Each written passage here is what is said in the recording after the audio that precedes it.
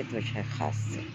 हम देखते हैं कि ज़िंदगी में बहुत से लोग हमें गिराने के लिए सर धड़ की बाज़ी लगाए रहते हैं और कभी-कभार वो कामयाब भी होते हैं, जिससे यकीनन उन्हें तस्कीन मिलती है और कुछ वक़्त के लिए हम परेशान भी होते हैं।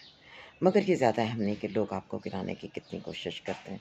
आजकल हम देख रहे हैं कि हमारे मुल्क के एक इंतहाई काबिल कदर जो रहनुमा हैं, उनके लिए पूरे मुल्क की और गैर मुल्की ताकतें इकट्ठी हुई हुई हैं, उन्हें नज़रों से गिराने के लिए। लेकिन मेरा रब हर गुज़रते दिन के साथ उनको मज़ीद मोतबर बना रहा है।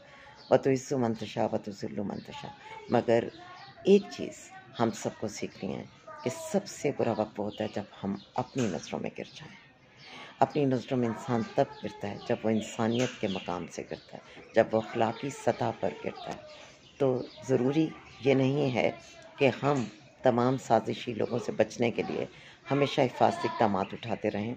हमें अपने नफ्स के शैतान को काबू करना है और कोई ऐसा काम करने से बचना है जो हमें हमारी नज़रों में गिरा दे।